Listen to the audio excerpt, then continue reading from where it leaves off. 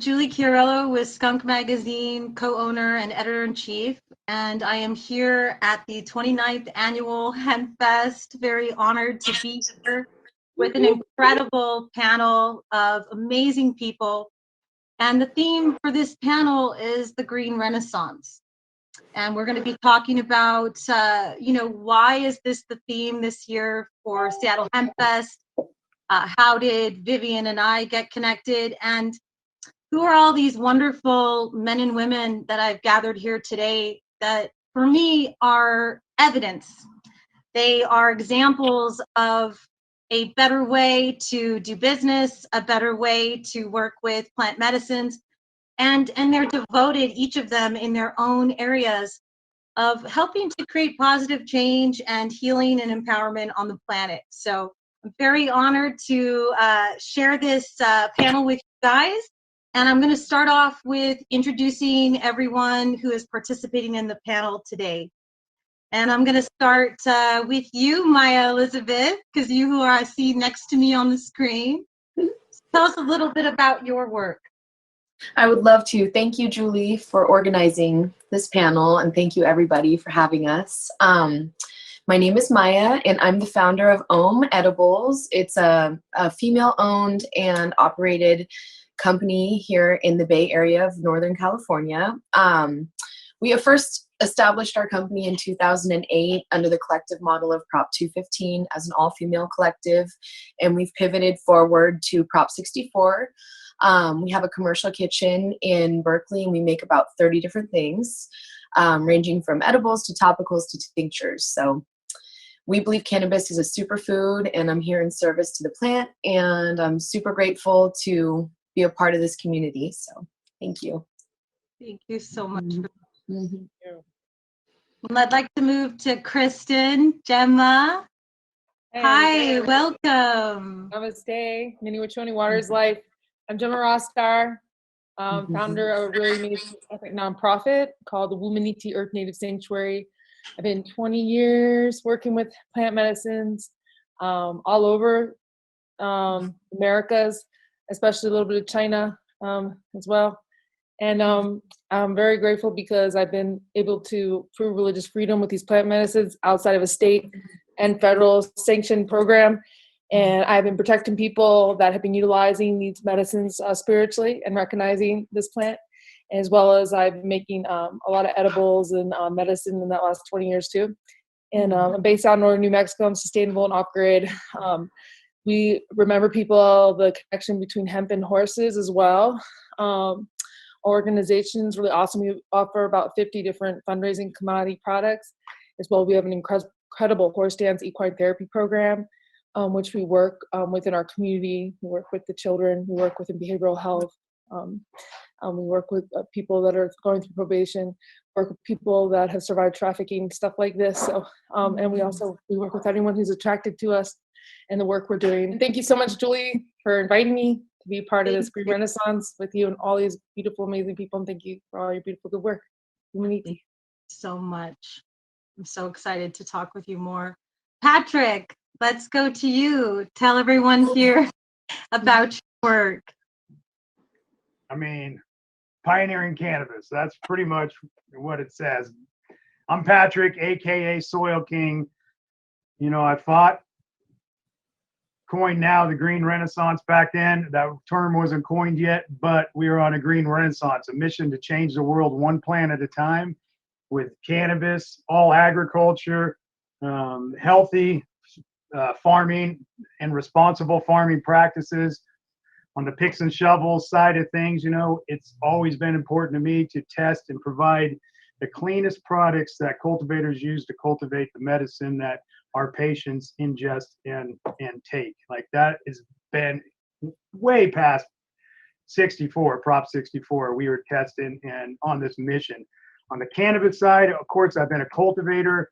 You know, I love all agriculture. There's no segregation in agriculture, hands down. On the cannabis side now, since 2018, I also went on the legal side. I have seed to soul farm, seed to soul facility. We do distribution, manufacturing, non-storefront retail.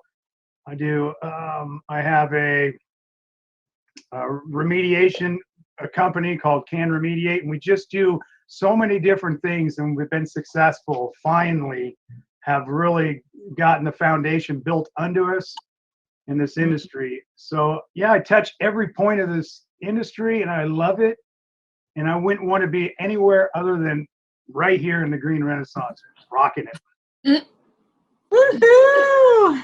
Thank you, Pat. Love you. Love you too. Shadi, I'd love to hear about your work, Shadi. Hi there. Thank you so much for having me. I'm honored to be with everyone today. My name is Shadi Ramey, and I am a culinary anthropologist, a chef, and an ethnomycologist.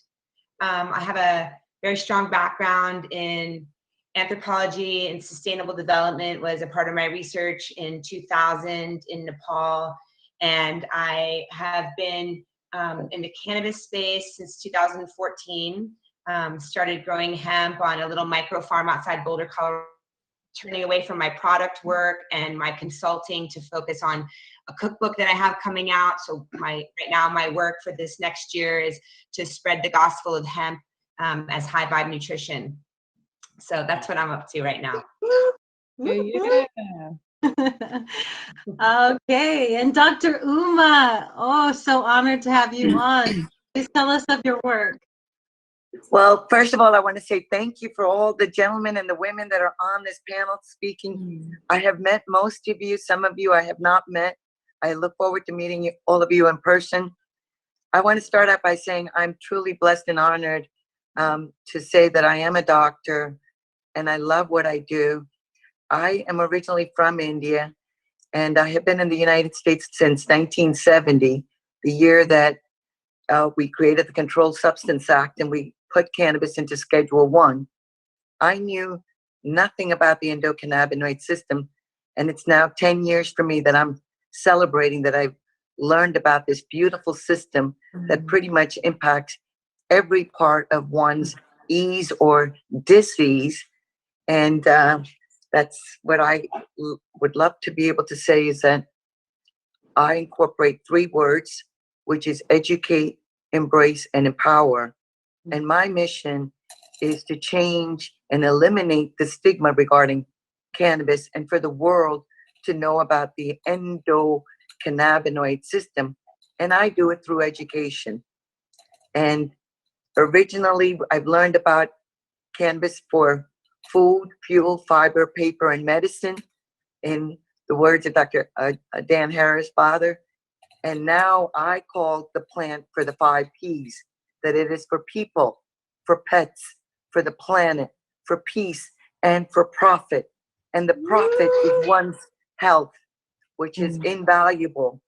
And that's what the message that I want everybody to know. And I would really love for my colleagues to understand that if they can please open their hearts, they don't have to use this medicine, but they know somebody that can benefit from it. Please open your minds, because we all have an endocannabinoid system. And ultimately, this is opening doors for better communication, not just doctor-patient, but for the world to be able to open. So I thank you all. Aho. Sacred words. Gratitude.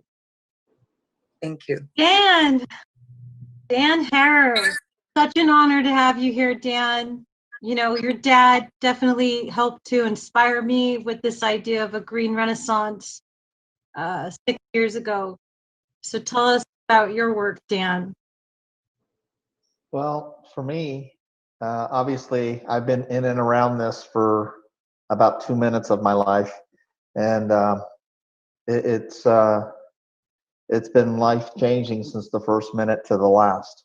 And the things that my father wrote about and taught me about were profound, although I didn't realize it as profound at the time. It was pretty much insanity, because how could a plant save the world? And you know, after growing up a little bit and learning to get out of my own way with regards to my own preconceived education because we all received it through our schooling.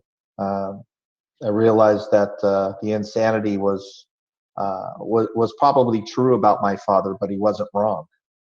And the things that we all have the ability to do today are extraordinary. From working with soil to grow the plants, to growing the plant, using the plant to its full utility, and being able to really change how we live on this planet, not just to survive in the future, but to thrive in it, is something that is long overdue, with the recognition that this is a plant that can do it, and still hard fought in order to be able to do it, with regards to continuing the education to those who would push back. And through some of the things that I do with the Jack Herer Foundation, the Jack Herer brand, producing products for the consumer market and the medicinal market, and really just expanding the opportunities for people to give themselves a chance to understand and learn through republishing my father's book after so many years of it being unpublished is a whole new beginning to really touch a new demographic, and hopefully the future that will take what is possible with cannabis and really make it something that gives us all and our families and their families' futures an opportunity to live the dream that we're all fighting so hard to achieve today. That's a wonderful dream to dream, and it is all about dreaming a good dream together. That's what the Renaissance means to me, is that we all get connected and we dream a good dream. And Dank Duchess, the Dank Duchess is here with us. Thank you so much for being with us. Tell us about your work, Duchess. Thank you, Julie. It's super pleasure to be here with all of these esteemed men and women. Thank you very much. I am the Dank Duchess. I am based out of Oakland, California. I am a hash maker and a cultivator and a writer and editor, managing editor at Skunk Magazine. What I do is, I make hash. I make hash and I educate about making hash. And my idea when I came out here in 2014 was that I wanted to see more people that look like me in media, rather than consumerism with regards to cannabis media and such. So writing about hashish, which you don't have as many women, and definitely not women of color within hashish, has given me an opportunity to be very representative in that way, and at the same time spread knowledge. Hash is not particularly hard to make, but to make it super well, that means that I'll have to smoke a lot of fantastic hash around the world. I'm super happy to be able to do that. Having been given the opportunity by Frenchie Cannoli to write for Weed Roll magazine 5 years ago, I've met hash makers from around the world, and therefore have incorporated their techniques into what I do, and I've turned that around and pushed that message. Being that it's 2020, I have used social media and film to really push that message. And although I write a lot, I am very happy that using these new technologies gotten across to people all across the world, and pushing the message of education that's best for all of us, the access that's best for all of us, because cannabis and hashish will save the world. And I remember reading The Emperor Wears No Clothes and thinking, I kind of thought that he was crazy, but hopefully I did. Because I also came from a place of not even believing in cannabis. I was just saying no. So I made a huge pivot in believing in and going for cannabis 17 years ago, and coming out here to California has really given me the opportunity to spread the privilege that I have, the privilege to work within cannabis, to work within hash, to everybody else who would learn it, and for free. So that's that. It's beautiful. Love you, Duchess. Love that you are managing editor at Skunk as well. So happy we're working together. Thank you. Del Potter, hello. What a great honor it is to be on this panel with all these incredible luminary field of cannabis. I just am drooling over all the products that are being discussed, from edibles to hash to pre-rolls. I'm parked next to the beach here, so my connection's a bit unstable, but my background and training is in medical anthropology, specializing in psychiatric anthropology, and psychoanalysis and neuropharmacology. I also got a background in chemical engineering and have been working with Leaf Holdings for about 3 years, developing their cannabis manufacturing facility. About a year ago, we spun off Biosciences, which is our pharmaceutical division concerned with cannabis pharmaceuticals and psychedelic pharmaceuticals. We look to a lot of data-driven research that helps to validate some of the claims that we all know about cannabis, about how effective it is, and also research into psychedelics. And we're taking sort of an approach to reimagine psychedelics that are currently in existence, and to try and make more effective psychedelics and cannabis products. And our general approach is to kind of use psychedelics to address underlying cause and cannabis to address symptoms. So we're doing a lot of data-driven research that I hope will form the entire cannabis industry. Proud of you, Dale. Thank you so much, Del. And then Vivian McPeak, our fearless and intrepid warrior leader. Thank you so much, Vivian. I know this year has been incredibly challenging, but I am so honored that you're here. And everybody knows you, but go for it. Thank you, Julie. I'm the executive director of Seattle Hempfest in our 29th year. And you know, we believe very strongly that adults in a free society deserve the right to make their own educated and informed choices on what they put in the sanctity and the sovereignty of their own bodies, and that those important choices should be made based on truthful and accurate information. And that's why Hempfest started 29 years ago. At our very first Hempfest, we had Jack Herer there. He only missed one event while he was alive, one Hempfest of all of them. And so from the beginning, we had, you know, access to the authority on cannabis hemp. When COVID showed up in about, you know, around here in about February of this year, our first thought was, well, we're in August, so we'll be fine. I mean, how long could something like this last, right? In our naivety. And then a couple months went by and we thought, God, this is looking kind of serious. And then there came a point, of course, when we realized about the same time that the city and the state officially pulled the plug on large events like Hempfest, public events, we realized there was no way that we could safely hold the event, especially in an event where there's probably going to be a lot of people sharing things from mouth to mouth, which made Hempfest even more impractical. And you know, we couldn't possibly in our right mind even consider a super spreader event. So we're like, well, gee, you know, what do we do? And of course, like every other large public event anywhere, we're like, well, what are the options? The options are to throw a live stream event of some kind. And so we've been kind of, you know, figuring out, we're experts at the 100,000 people down on the waterfront, the 10 days of load in and load out and set up and all that kind of stuff. This was a whole new world for us. And you know, and so I started, you know, responding to some things we had heard recently from people giving feedback. And I thought, well, how could we make this event relevant to what's going on right now? You know, we can't reproduce 100,000 people in multiple stages and 300 arts, crafts, food, and informational booths on the waterfront. So what can we do? And beyond making it relevant, how can we make it forward looking, you know, looking forward to the future, to a post-COVID reality? Because the COVID pandemic has revealed, you know, glaring structural deficiencies in the way that society does business on a global scale. You know, everything from our supply chains to our healthcare system, you know, to agriculture to beyond. And you know, this potential dystopian hellscape that we're looking at right now is the result of the bad decisions that have been made.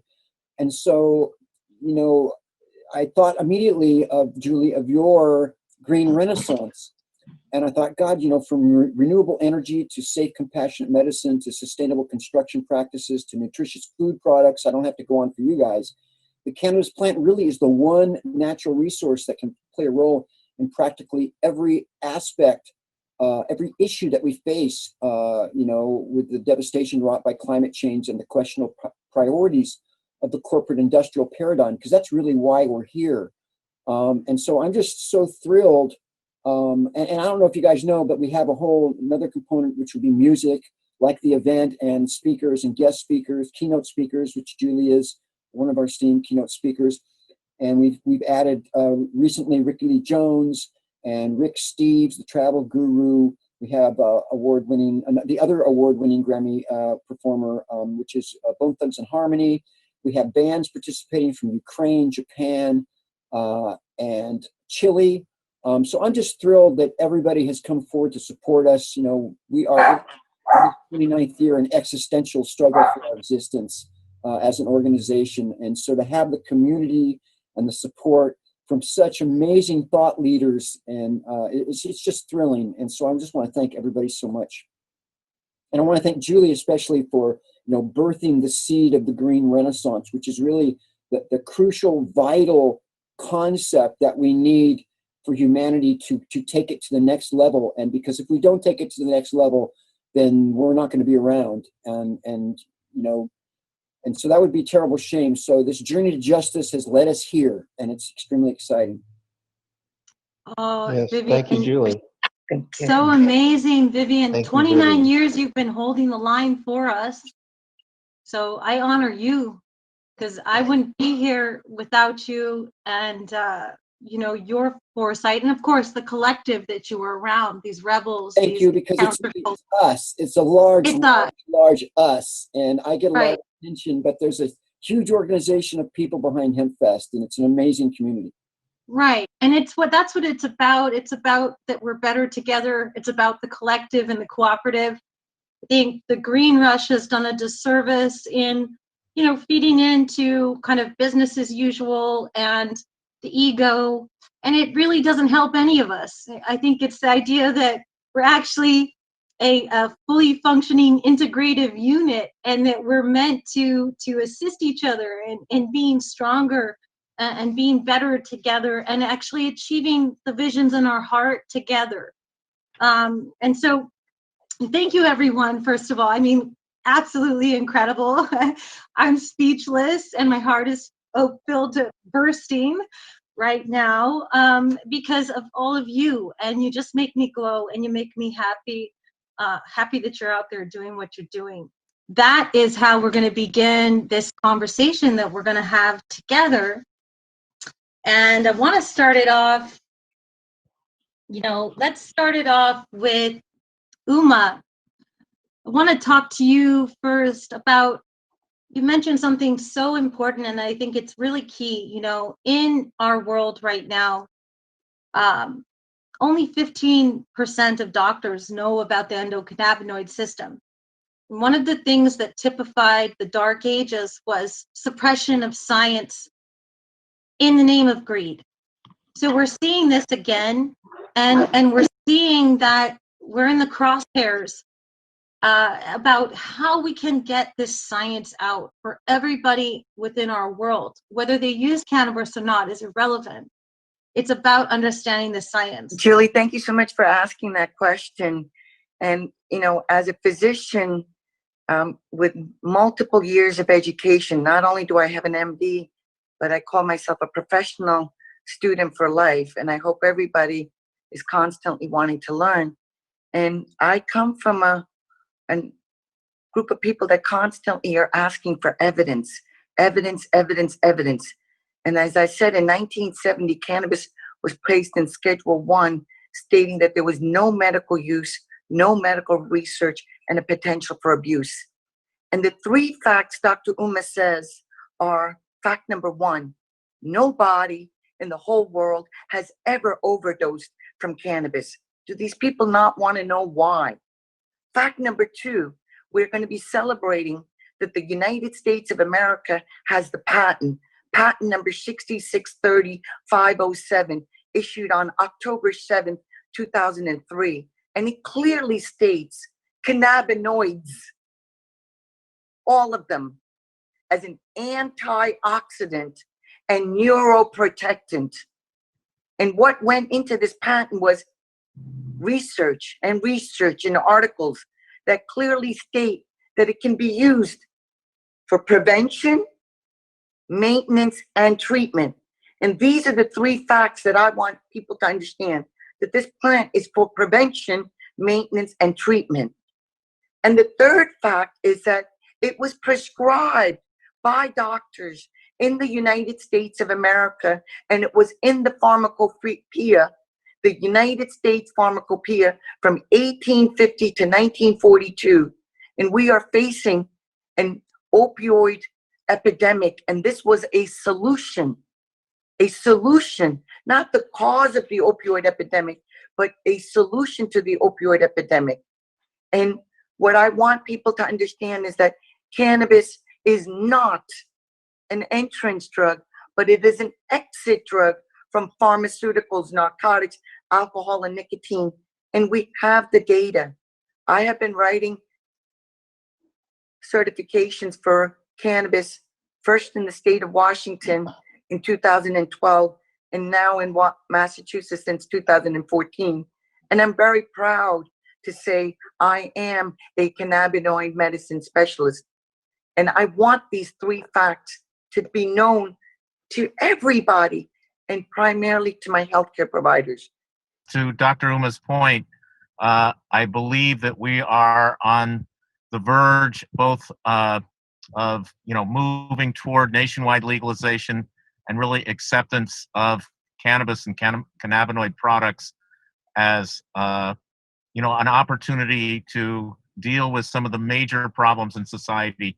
I believe that we're on a verge of being able to address problems like addiction, substance abuse, sleep disorders that everybody has, the constellation of both sleep disorders, substance abuse, memory-based trauma, PTSD, and I believe that cannabis can help address all of the symptoms of all of these problems in a really harm-reduced way, a way that conventional pharmaceuticals don't really address.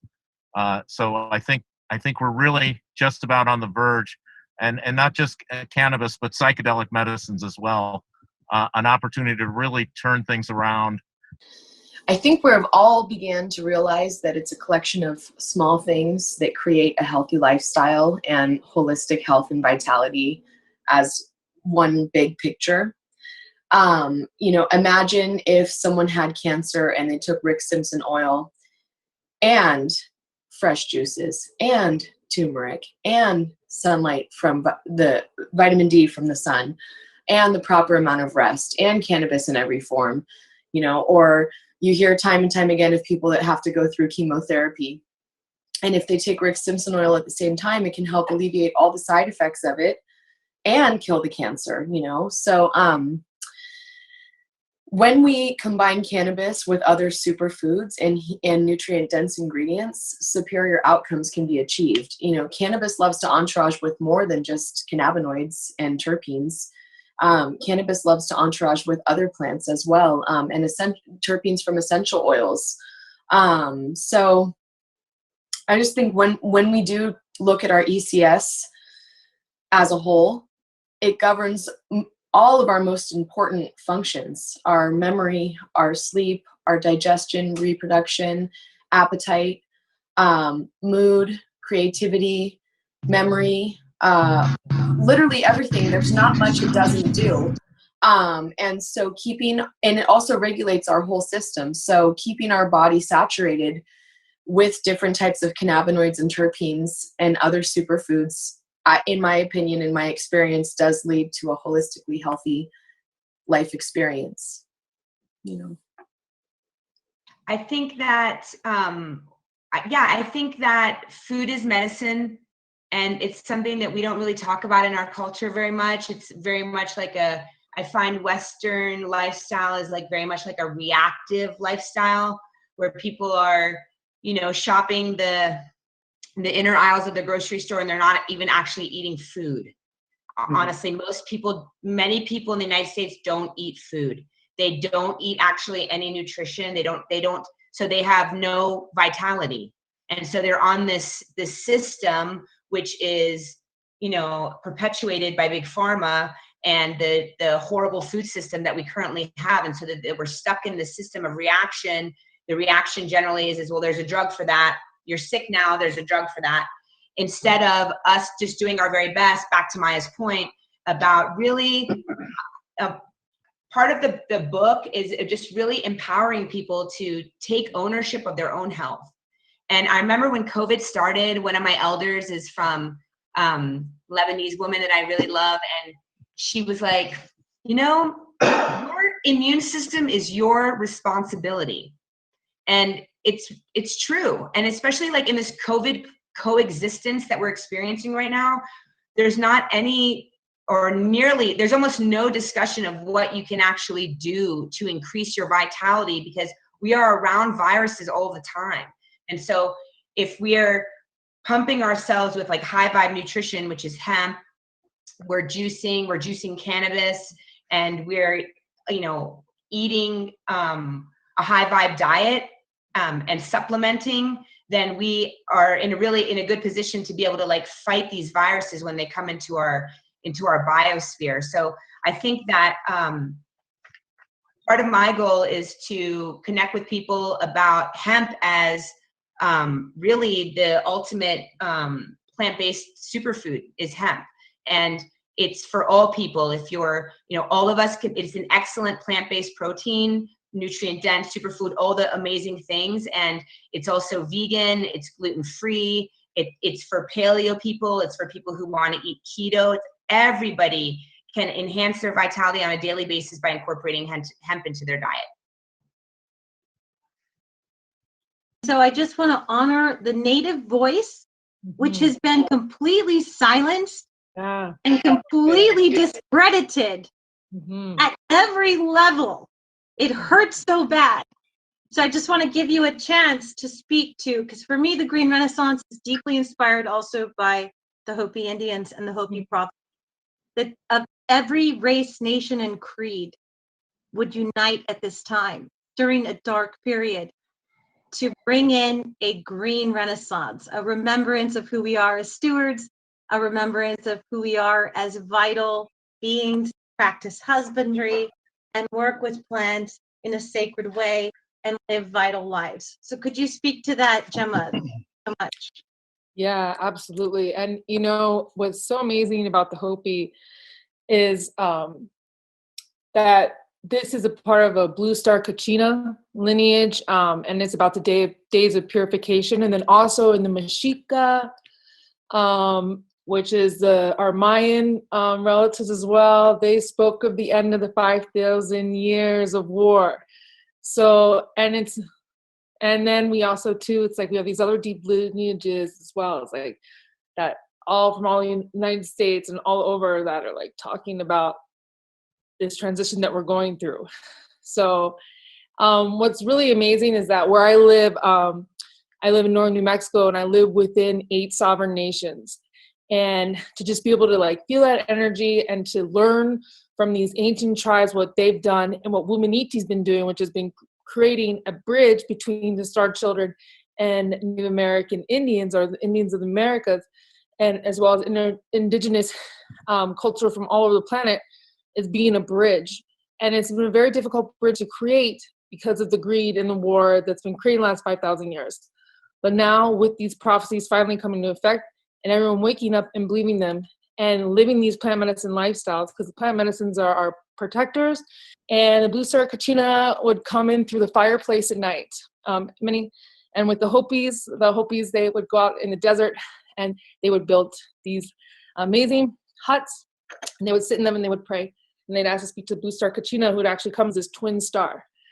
And so the twin star, when the twin star would come, the twin star, of course, would talk about the day of purification, pretty much everything in detail, showing movies, scripts, you know, like downloading everything that's happening right now. So that's like so exciting that finally, especially after the last 5,000 years, or really the last like few hundred years, how much the people of the Americas have been depleted and continue to be, but luckily people are rising up more out of state and government already societies and making their own societies and helping out one another. Because if we didn't have these indigenous practices, if we didn't have people praying and doing their dances that they do and the offerings they do out in the mountains, especially up here in northern New Mexico, we wouldn't have all this materialism that we have right now. And so people have to realize that and wake up more to that and support that, because we're in such a days where it's like, you've got to return back to these ways so we can have that balance.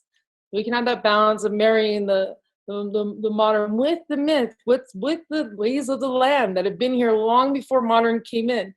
So it's very beautiful. And of course, these true white brothers are going to be falling. And that is really what the Hopi prophecy talks about when the blue star Kachina comes and shows up in the twin stars, is about the true white brother leaving. But the thing is, it's not white, it's greed, because it came in every color, and it also destroyed tribes out here and created a lot of war. That finally it's like this point that we're coming in, it's bringing together people. Just let go of all the stupid little things that happen and come together and come together. And plant medicine is one of the most ways, again. So yes.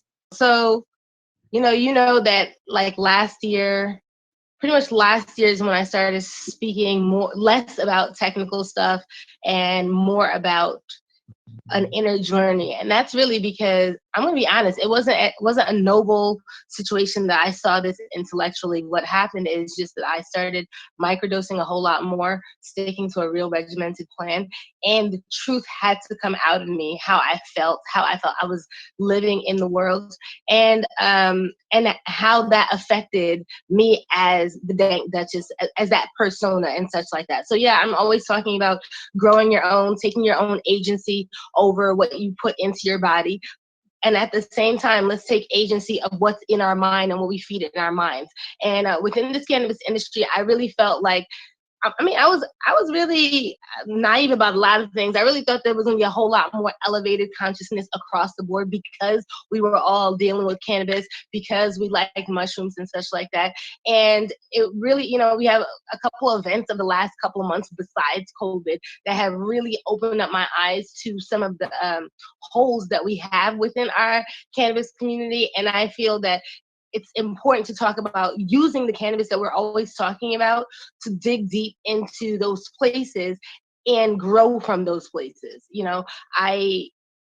Consciousness, I mean, I'm not gonna lie, it's a little bit I'm sometimes a little bit nervous to talk about that, to be vulnerable like that. But at the same time, if people are gonna be looking up to me as being courageous about being a Black woman in this space or this and that, what I really want to talk about is all the courage we all have, which our sacred plant medicines help us find within ourselves. So to me, it's all interconnected, this idea of living a holistic life. So you're not depending on big pharma, or you're not depending on big ag to feed you, to take care of your medicine. And in many ways, you're not depending on big religion to tell you how you should be in the world, when we have cannabis that can take care of all of our things, our food, our clothes, and all of that, and also take care of our mentality. So it just seemed like a natural outcropping of talking about how good cannabis is, because it's not only about, oh, this feels good, this tastes good, whatever. A lot of my writings have been about the mental journeys I've gone on with hash. Hash has a tendency, at least for me, to hit a lot harder than just weed, and that takes me often to a psychedelic type of level where I'm questioning my own existence. And being that I just like producing media, taking videos of it and put it online seemed like smart. And I'm going to tell you, I was really nervous. Like, who wants to hear me talk about consciousness? Who wants to hear my ramblings about like what could make me a better person? And I can't say that to everybody, but I think that there has been a feeling of shared existence that has come from that. So, yeah, I talk about technical stuff, but I'm going to talk about consciousness a whole lot more. Well, and I just love that. I mean, that to me, the internet is a representation of universal mind, as Tesla would speak about universal mind. It's a representation of who we are and our capabilities and with our brains, with our hearts, and with our souls. And I'll speak to Patrick now. I have to get to Patrick and Dan, trying to go in order here, make sure everyone gets a chance to speak. Patrick, I want to speak about your devotion to the idea that, you know, people will get in where they can fit in. You have a second round of the Back to Earth movement, to have the victory gardens, to grow food and medicine at home, to care for your soil, to understand your interconnectedness to the soil, to understand that the microbiome and the connection of the human being, that we are the soil and the soil is us, and you are the soil king. So please speak to this part. Actually, the panel's awesome, right? Like, it really is. So, yeah, that movie, Kiss the Ground, was great. And I loved all of it, especially when it really started. When I hear a lot of people sending me messages, did you see this? Did you see this? And I'm like, yeah, this is great. And the way the carbon is extracted and a lot of the toxins out of the air and above us and brought down and converted into a food source and delivered to the microbiology under the soil is important. Like, our Mother Earth can clean up our messes in a short amount of time, but we have to acknowledge it and allow it to happen, right? And praise for the process of delivery. Like, it's exciting. And, you know, we're talking about superfoods, super cannabinoids, and I mean, just there's so much stuff we're talking about right here, and super soils, right? Like everything inside of me, when you heard the probiotics, everything we do to vitalize ourselves and feed our inner self is exactly the same concept and design that our soils need to have. We are one with what's under our feet. There is no doubt about it. You have healthy soils, you cultivate from a healthy soil. That fruit we're picking off that healthy plant, we are feeding our soil. Shadi was hitting on that a lot right then. And it's this whole process. You know, we talk about health, right? It feels freaking good to be a part of this process. And I'm just a tool in Mother Earth, right? I'm just the tool. But this process is exciting. When you hit on the victory gardens, I'm such an optimistic. When we got COVID, we got everything in the world. We got everybody hating each other on the elections, all this stuff going on, but I'm an optimistic, man. I see change. I see empowerment out of this.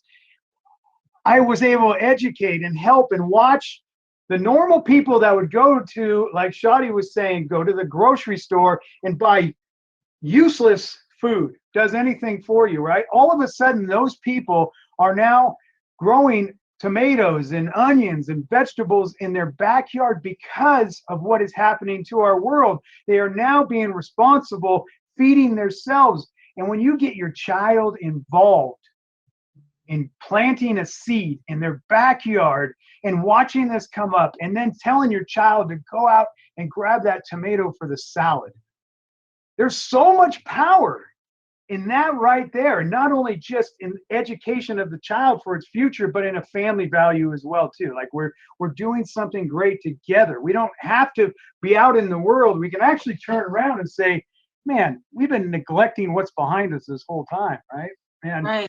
And I love it. Like, I love the Green Renaissance. I love being who I am. I love being educated. This panel is great right here.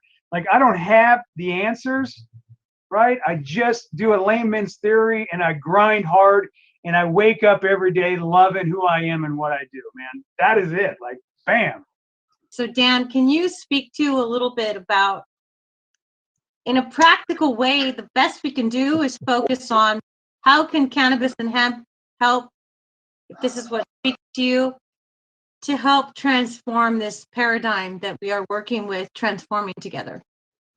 Well, going through the shit that you were talking about, I think that maybe it's appropriate that I am talking, because everything that everybody has said today with regards to rainbow warriors and possible legalization federally, and, you know, how the economics of cannabis has, in a sense, diverted the real meaning behind this plant, and all of the different things that each one of these individuals that have spoken today, from health and nutrition, all of them are incredibly, on point.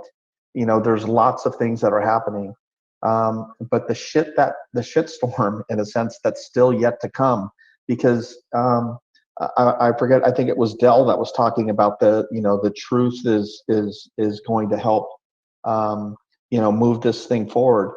And I just want to kind of remind everybody that in 1985, the book about cannabis truth came out, or a book about cannabis truth came out. And when my father wrote it, he thought that the truth was out. By next year, maybe the year after, cannabis is going to be legal, because once you have all of this information, how could you deny it? And how could you not utilize it to make life better for not just ourselves, our community, but the world's community at large? And it didn't. And we still had to create awareness and understanding, and demystify and unravel the misinformations and the lies and deceptions that have been pervasive for 80 years now. And going back to how everything that is affecting all of our lives today was when a very humble but active man named Dennis Perone helped to create Prop 215. And at that time, in 1995 and 1996, when my father was creating the first California, or not the first, but a California cannabis initiative that was looking to legalize all cannabis and get people out of prison and be able to utilize this plant, Dennis had this understanding that, Jack, you're still going to affect the fears of the people because they're not ready for complete legalization just yet. And that Dennis, on the other hand, for the first time since Prohibition, got people to think about the people in their lives, and they got people to believe and to think with their hearts instead of with fear. And when people were able to let go of the fear and open up their hearts to people that were AIDS affected, cancer, epilepsy, all of these different ailments that affected virtually every person, whether they believed in cannabis or not, they got them to drop the fear and believe that people should have the access to this plant that could change how we live and how their families lived and how their friends lived.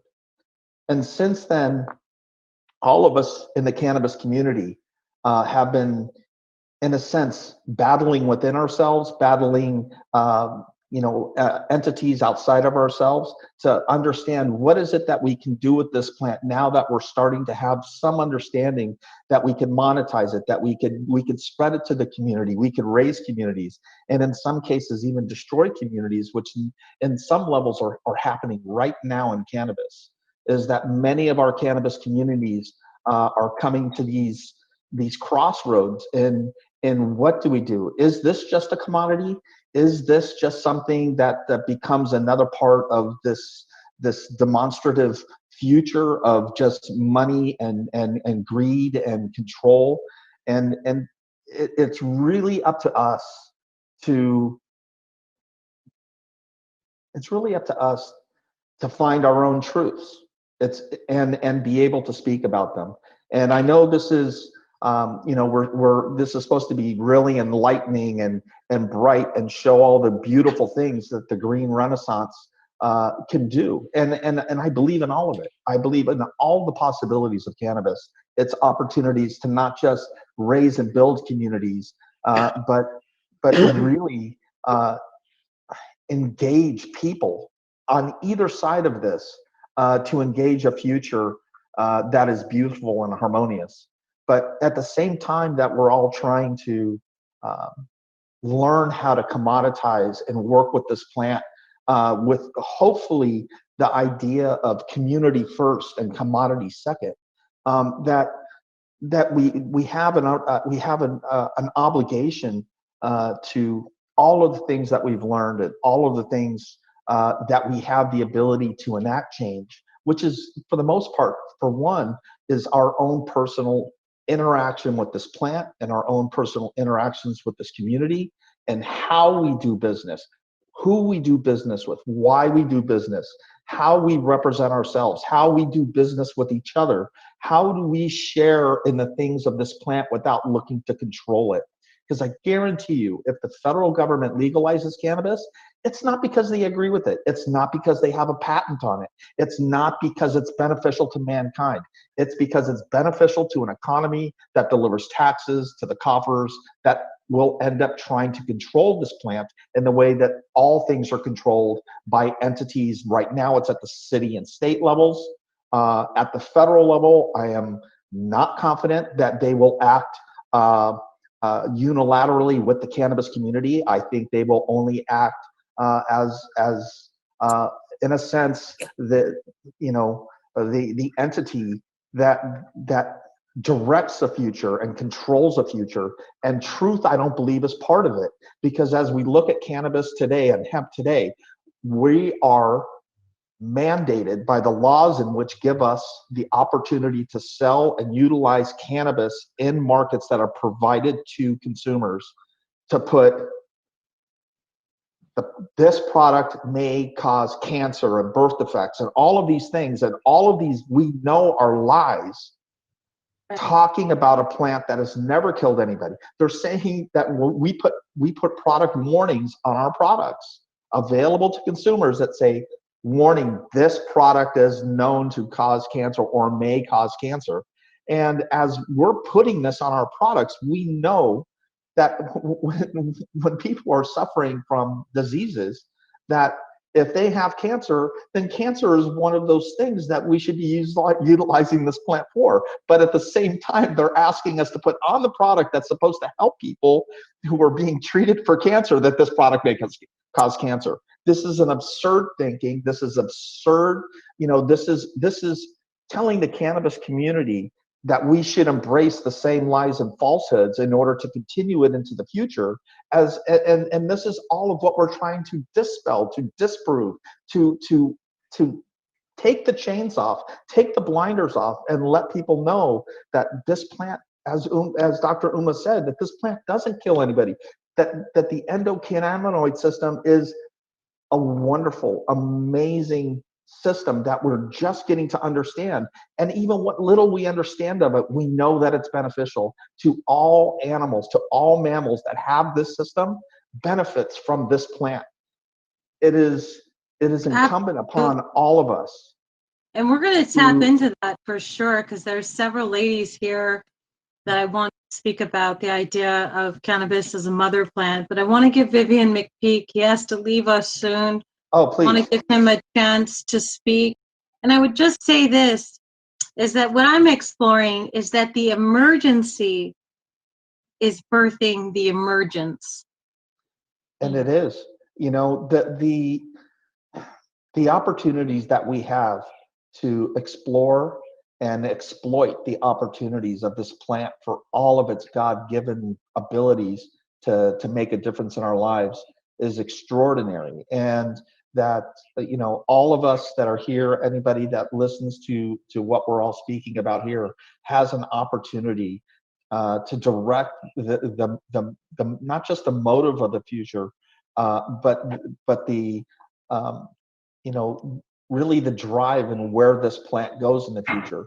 Will we just use it as a commodity to improve the ones and zeros in our accounts, or will we use it for the molecules collectively and individually within it to explore and expound the levels of health and regenerative benefits that this plant has to offer all humanity?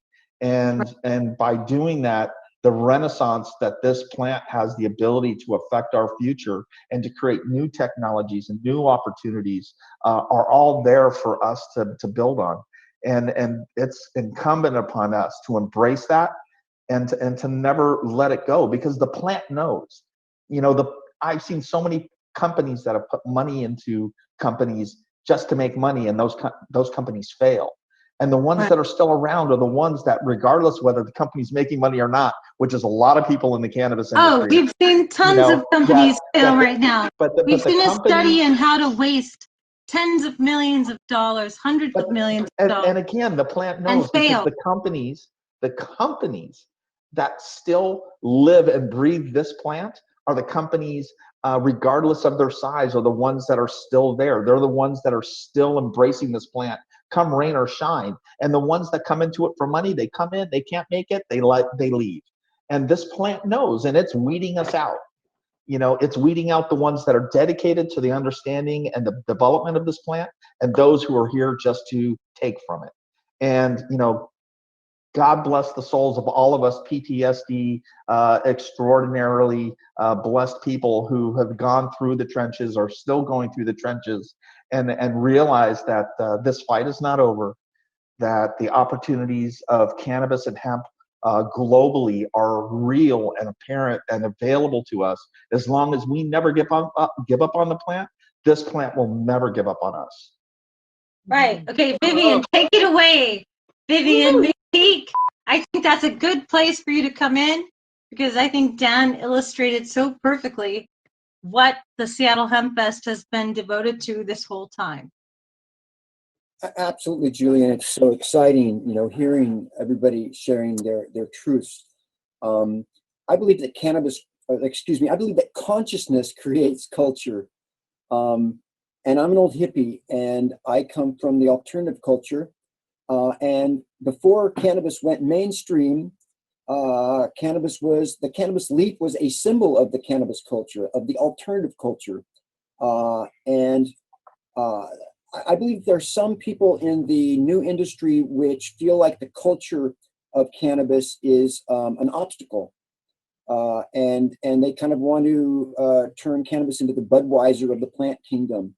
And I think that that's a real big mistake, and that would be throwing the baby out with the bathwater, because cannabis is a mind-expanding, consciousness-expanding agent. It's how we can, it's how an animal and a plant can get together, as Stephen Gaskin used to say, and be higher together than they were separately. So, you know, it's about educating, and I believe that we're facing this kind of, you know, what looks like a possible dystopian hellscape of unimaginable proportions with climate change and all the other things that we're facing right now, the inequality and the lack of justice. And all that stuff that's all wrapped up into our society, which really has a consciousness sickness, I believe. And so, you know, one of my challenges in to promote this event to the media, to the mainstream media, with the media advisory, is how, you know, you try to say that this green renaissance and that cannabis can be the answer to so many things that we're facing. And to a mainstream person, man, they're not going to be able to even connect with that. They're like, what are you talking about? You know, at the first Hempfest, Jack got up on stage and like Dan was saying, he's like, hemp can save the planet. And afterwards, I was like, hey, Jack, you know, don't you think that if you just toned that can save the planet stuff down a little bit, like your message would be have a little more credibility? And he's like, no fucking way. Hemp can save the planet. And of course, it didn't take me long hanging out with Jack to learn that cannabis hemp can save the planet. And so I'm trying to put in the media advisory, and it's hard because you can only squeeze so much, and there's so much content to this event. I mean, just the music acts and the panels alone is almost too much to put in a media advisory if you want them to read it. But I have mentioned, you know, hemp's superior performance to graphene for supercapacitor batteries, and hempcrete being a carbon negative, non-toxic answer to the really dangerous gypsum-based concrete. I don't know if anybody knows this, but when they demolish concrete buildings, it puts massive amounts of poisonous dust in the air that actually adds to climate change and lung problems. But I mentioned hemp board composite, which aids carbon sequestration by reducing the consumption and the need for tree wood. And, you know, when people right now, they like to eat fish oil because it's really good. It's got omega fatty acids. But the problem is because of biomagnification, where fish eats fish, eats fish, eats fish, fish oil actually is toxic. And most of it has a lot of toxic agents because our oceans are toxic. And as we all know, hemp oil is the answer to that. We don't need fish oil. They can leave the fish in the seas because hemp oil is the answer. So there's just so many aspects to this. It's so encompassing. It really is a consciousness driving agent.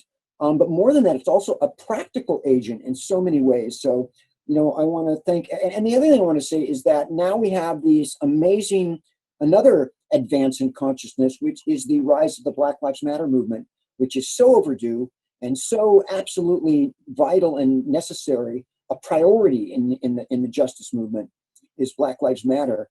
But the cannabis reform movement's been a Black Lives Matter movement from the beginning, because most of us have been pointing out that communities of color have been most disproportionately targeted and scapegoated and profiled and incarcerated, up to 13 times more than the white communities in some places. And so, cannabis has a foot. It's like a Medusa with the tentacles that extend out everywhere. And each tentacle is in a different direction of some problem, some systemic deficiency in our entire global society. And America, not only did America lead the world in cannabis prohibition and forcing through the UN and treaties and other things, forcing these other countries to enact prohibition, but we're also been leading in this sick lifestyle, this sick diet, this sick consciousness, this Hollywood consciousness, this male patriarchal white culture consciousness all over the world. And so as Americans, it's our responsibility, I believe, to lead, to undo this tangle of sadness and of toxicity and of injustice and in patriarchy and this injustice of white dominance, which we've been trying to market all over the world. And so this is, the Green Renaissance to me encompasses so much, and it's just not, it's counterintuitive to most people that cannabis has an answer to more than just medical marijuana and being an alternative to pharmaceutical drugs and being an alternative to smoking tobacco or alcohol when you're relaxing or having fun or something like that. It goes so much deeper to that. And that's why, of course, Jack was the man, the grandfather of the modern hemp movement, and really pulled the lid off this Pandora's box. And I'm saying they're not going to get this genie back in the bottle, man. We're here for good. The Green Renaissance is the answer. And without it, humanity might not survive. And, that sounded crazy 10 years ago when climate change was supposed to be 50 years off before we started seeing it. And guess what? It's here right now. And so it's just thrilling to have everybody on this panel, my brothers and sisters in consciousness and in love and in peace and in justice, contributing your brilliance and your life experience to our amazing sacred event, as we try to transition the mission and bring the Hempfest education and activism and advocacy out to the internet. And the last thing I'll say is there's only two things, I was like, God, okay, if you're an entrepreneur, you try to take, and you get a truckload of lemons, you figure out how to make the best lemonade on earth, right? And so we've got this live stream thing. We can't do our event that we've been doing for almost 30 years in the park. Are there any good aspects of doing a live stream event? What's the positives? And so I only came up with two. And the first one is only 100,000 people can squeeze into that event site down there on the park, on the waterfront. And then once it's over, everybody leaves and it's all over and all the information's gone. Whatever's in their heads, they take home, but the rest of it, it's over. It happened. But with a live stream event, anybody in the world can tap into it and it can be archived. So it can be up on the website all year or more than 1 year. And so there's that aspect of it that's positive. And the other thing is, you want to bring a band or a speaker to Seattle Hempfest, they got to fly in or drive in from somewhere. They have to stay in a hotel. They have to eat for those days, and they have to take 1 to 3 days or more out of their itinerary. But with a live stream event, theoretically, they sit in front of their laptop or their phone and via Zoom. And so those are the two things that actually make this event, in a way, cooler than Hempfest, which is in the parks, which is a crazy thing to say because nothing's cooler than, weed stock on the waterfront, when everybody's all together physically in that communion, that cannabis communion. But you got to do the best of what you have, and that's what we're trying to do. That's Well, my you're Amen. doing a damn good job. And I love Seattle Hempfest. You guys are rebel warriors. You guys have been at it for decades. So we owe a lot to what you've done. And we are ending our time now. And the land is dark.